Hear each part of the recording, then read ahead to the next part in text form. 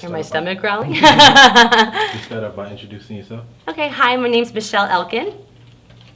And how long have you been dancing?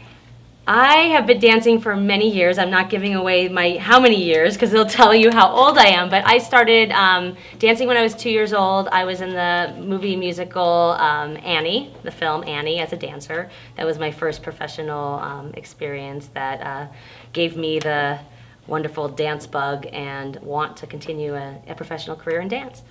And who were some of your inspirations? My inspirations in dance were Bob Fosse and Sid Charisse, Gene Kelly, Fred Astaire, all the great old MGM movie stars that were incredible hard workers and amazing artists. Most people, especially nowadays, think that dance is just a hobby. How were you able to turn something that's considered a hobby into a long-term career? Dancing to me, when I was in school, everybody said, "Oh, is this just a hobby for you?" And dancing for me really was a passion.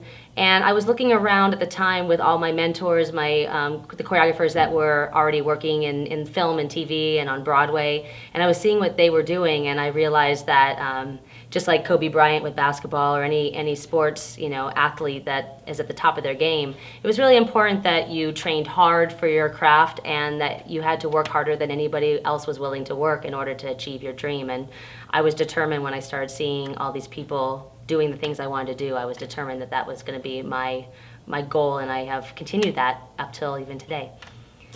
Okay, and who are the top 3 dancers in your opinion that the youth should know about today? The top 3 dancers today, it's an interesting element of dance today because we have so much reality TV that have become really important to young dancers.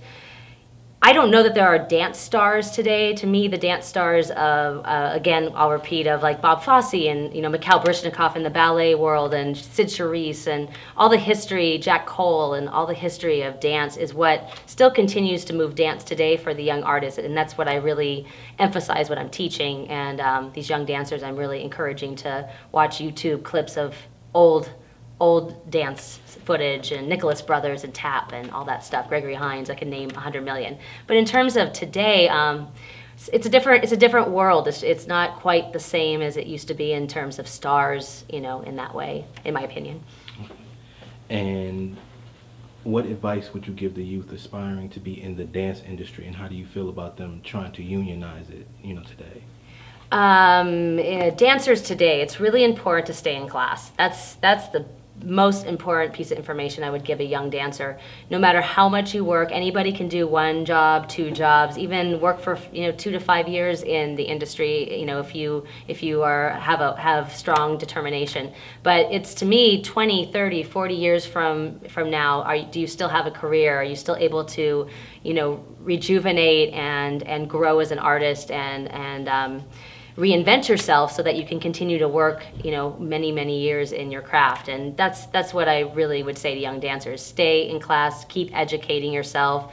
Don't just dance, find the love of teaching. I love teaching young dancers. I choreograph, I go all over the world teaching, at dance studios, conventions, judge dance competitions, so that you're well-rounded and you can do more than one thing.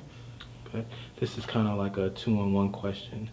First, what are some of your notable accomplishments? And also, what is a notable accomplishment? Because nowadays I see the young people, because they did the audition, that's So You Think You Can Dance, and they show it on TV, they think that that's a credit, and now they should be working, and they should be teaching, they should be getting some money. So can you also break down what is an actual credit for a dancer to have? A notable credit. I have been fortunate enough to do TV, film, commercials, industrials, and a year ago I was the associate choreographer on a Broadway show. Broadway is amazing. It's amazing. I'm so fortunate to be able to say I got to experience that. But to me, TV, film, working in as a choreographer in all elements of the entertainment business, episodic film, all that stuff. Broadway, traveling.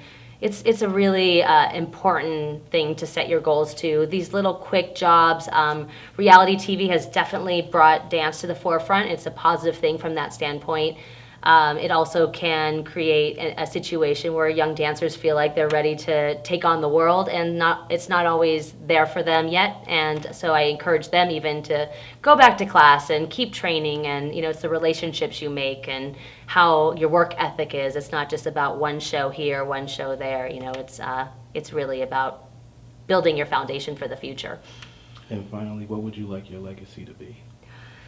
My legacy, I would love to say that I was able to give back to all the young dancers and help them do what I have been able to achieve and continue to achieve because of all the teachers that gave that to me, and that would be my greatest hope and wish. Thank you for your time. Thank you.